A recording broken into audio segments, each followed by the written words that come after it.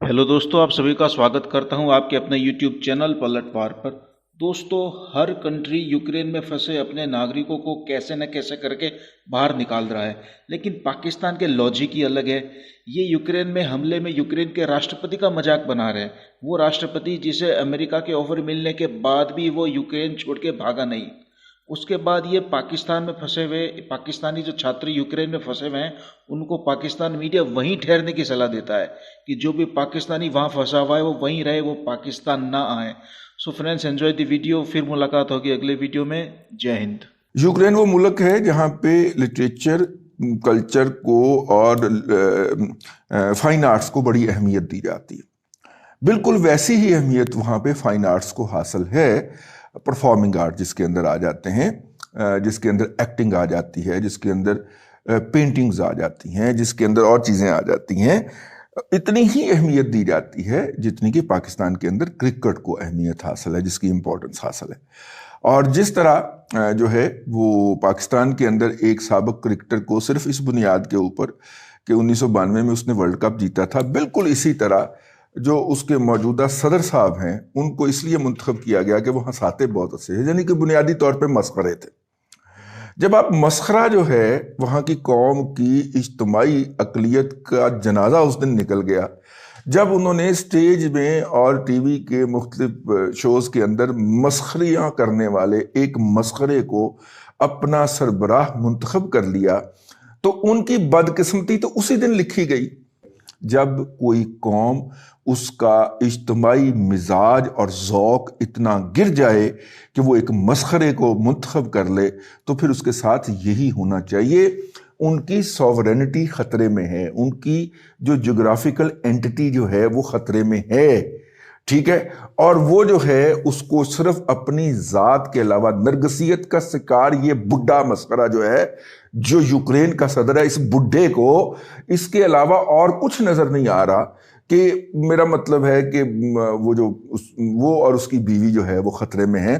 तो आप इससे अंदाज़ा कर लें कि ये नरगसियत का शिकार जो बुढ़ा मस्करा है, इसने यूक्रेन को किस तबाही के धाने के ऊपर लाके खड़ा किया है कि अब वहाँ पे जो वो इलाके हैं जिनके अंदर रूसियों की अकलियत है, वहाँ से निकलने वाले यूक्रेनियों को जो कि नॉन रशियन हैं, उनको वो मर्दों, औरतों, बच्चों तक को कत्ल और बूढ़ों तक को नहीं छोड़ रहे, उनको भी मार रहे हैं, क्योंकि वो वहाँ से भाग रहे हैं कि हम यहाँ पे रहते हैं जहाँ पे हमारे साथ रशियन रह रहे हैं, तो हम यहाँ से भाग के महफूज मुकामात पर चले जाएं। तो वो ताक ताक के मार रहे हैं।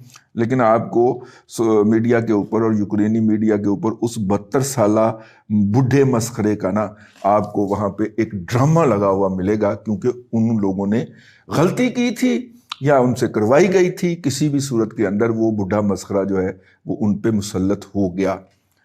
अब खैर ये तो उनका अपना मामला है, हम तो बाहर बैठे हुए हैं वो बसर के तौर पे। यहाँ पे जनाब एक और हो गया। कुछ लोग बच्चे जो हैं हमारे, ख़ास तौर पे ये मंडी बहाउद्दीन के, गुजरात के कुछ इलाके हैं, वहाँ पे उन बच्चों ने तय किया होता है कि ना तो उन्होंने कोई सलाहियत हासिल करनी है, कोई क्राफ्टमैनशिप लेनी है, कोई एक्सपर्टीज़ डेवलप करनी है, ना स्कूल का मुंह तकना है। वो बचपन से ये ख्वाब देखते हुए जवान होते हैं कि मैं ईरान के रस्ते जाली पासपोर्ट के ऊपर ना यूरोप जाना है, ठीक है। तो ये यूरोप का भी एक हिस्सा है ना, ज़रा इनके पास वर्कफोर्स भी ज़रा कम है, तो वो बाहर से लोगों को ज़रा आने देते हैं कि चलें लो पेड जॉब के लिए या कम से कम हार्ड जॉब्स के लिए उनको हार्ड वर्किंग लेबर दस्तयाब हो जाए। तो ये वहाँ पे आपको हर मुल्क के अंदर ये लोग जो इस तरह महाजर बन के, कोई जाली बन के, कोई यहाँ से कोई अफ्रीका के रास्ते वहाँ तक पहुँचा है और कोई तुर्की के रास्ते वहाँ तक पहुँचा होता है। जैसे ही उन मुल्कों के अंदर कोई मसला होता है तो ये कोई इनमें से अपने आप को स्टूडेंट कह देता है, कोई कुछ कह देता है, और फौरी तौर पे ये सोशल मीडिया के ऊपर एक्टिव हो जाते हैं। अब मैं सबके लिए नहीं कह रहा, मैं कुछ अफराद के लिए कह रहा हूँ, लेकिन अक्सर जगह के ऊपर लीगल तरीके से गए हुए हमारे जो तलबा होते हैं उनकी अक्सरियत इतनी नहीं होती जितनी इनकी होती है। जब कोविड-19 आया, कोविड-19, तो उस वक्त चाइना के अंदर बहुत सारे बच्चे हमारे पढ़ रहे थे।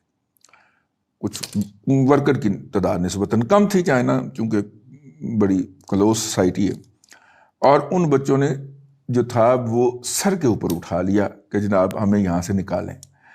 چائنیز نے اس وقت انہیں کہا اور بار بار کہا اور تصریح کے ساتھ کہا اور زور دے کے کہا کہ دیکھیں ہمارے اوپر ایک مصیبت ٹوٹی ہوئی ہے، پوری دنیا ہماری طرف فنگر پوائنٹنگ کر رہی ہے، آپ ہمیں چھوڑ کے جائیں گے تو ہمارے خلاف پروپیگنڈا زیادہ بڑھے گا، آپ مت جائیے، ہم آپ کی اسی طرح رکھوالی کریں گے جس طرح ہم کسی بھی چینی کی کر رہے ہیں، بلکہ اس سے زیادہ آپ کو دیں گے، کیونکہ آپ کے جانے سے ہماری کریڈیبلٹی خراب ہوگی۔ اور یہ وہ بچے ہیں جو اسکالرشپ کے اوپر چینی خرچے کے اوپر پڑھ رہے تھے، ٹھیک ہے، ان میں سے بعض لوگ ایسے تھے جن کو مہینے کا ₹1,00,000 پاکستانی سے زیادہ کا سٹائپنڈ ملتا تھا، other than free education and free accommodation, ٹھیک ہے۔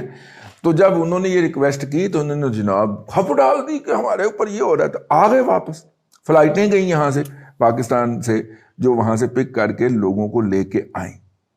جب ہم ایک دفعہ وہاں سے آ گئے تو اب ان کی مرضی تھی، اب پچھلے 1.5 سال سے احتجاج کرنے لگے ہوئے ہیں ہمیں واپس لے کے جاؤ۔ وہ کہنے نے جناب جنہاں نوں مرضی لے جائیے دنیا دے وچ، تہانوں نہیں لے کے جانا، تمہیں نہیں لے کے جائیں گے۔ اس کی وجہ کیا ہوتی؟ جس شخص کے اوپر آپ کو مان ہو نا کہ وہ آپ کے ساتھ کھڑا رہے گا تھرو تھک اینڈ تھن، جب وہ آپ کو دھوکہ دیتا ہے نا، جب آپ کی وہ بیک سٹیبنگ کرتا ہے تو وہ بہت تکلیف دہ ہوتی ہے۔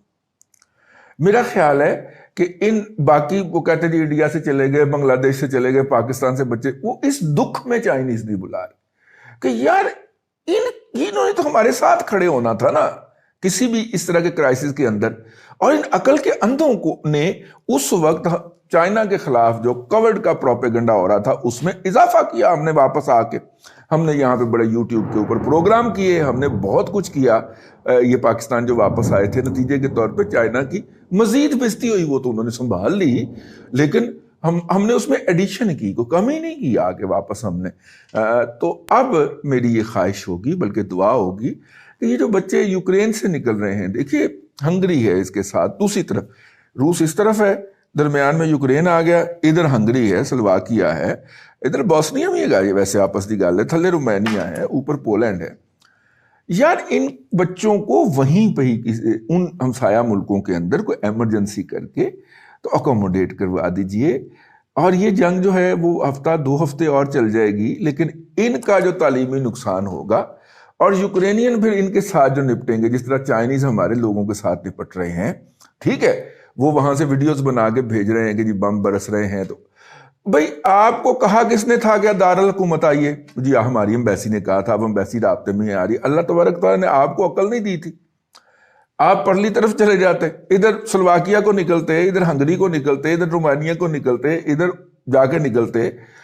جب جنگ کی اناؤنسمنٹ ہونی تھی تو ان ممالک نے بارڈر کھولنے تھے، مطلب یہ بنیادی عقل نہیں ہے، ٹھیک ہے۔ بس پھر اب جو ہے وہاں سے آنے کی بہت جلدی ہے ان کو، اور جب یہ آ جائیں گے اور یہاں پہ 2-2 3-3 مہینے 6-6 مہینے پاکستان میں تکے کھا لیں گے، پھر ان کو جانے کی بڑی جلدی ہوگی، مظاہرے کر رہے ہوں گے، یہ ہوں گے۔ اللہ تبارک و تعالیٰ نے درمیانی رستے کی توفیق ہی نہیں دی اس قوم کو۔ اب ان کے لیے مجھے بھی کہا گیا کہ آپ اس کے حوالے سے سوشل میڈیا کے اوپر کنٹریبیوٹ کریں، میں نے کہا جی میں تو بالکل نہیں کروں گا، بلکہ میں آپ کے خلاف ولاگ کروں گا۔ یہ آپ غلط کر رہے ہیں، آپ کو وہیں پہ ہی کسی ہمسایہ ممالک کے اندر سٹے کرنا چاہیے، سسٹین کرنا چاہیے، جو جنگ کے اندر انوالو نہیں ہے اور جس میں ابھی تک وہ نہیں جنگ کے آثار پہنچنے کا، وہاں پہ آپ سسٹین کریں۔ کوشش کریں کہ جس یونیورسٹی میں آپ پڑھ رہے تھے، اگر پڑھ رہے تھے، اپنے کریڈٹ وہاں پہ کسی لوکل یونیورسٹی کے اندر ٹرانسفر کروا لیں۔ اسکالرشپ تو یورپین یونین کا ہوتا ہے نا، تو وہ تو یورپین یونین کے تمام ممالک کے اندر کارآمد ہو جائے گا، تو اس لیے آپ واپس تشریف نہ لائیں، آپ وہیں پہ سسٹین کرنے کی کوشش کیجئے۔ جی اتنا ڈر لگتا تھا تو پھر اماں جی دی بغل میں سے نکل کے گئے کیوں تھے؟ ٹھیک، جب آپ گھر سے باہر نکلتے ہیں تو اپنے آپ کو تمام قسم کے تھریٹس کے لیے تیار ہو کے نکلنا چاہیے، اور وہ جو والدین بھیجتے ہیں انہیں بھی کرنا چاہیے۔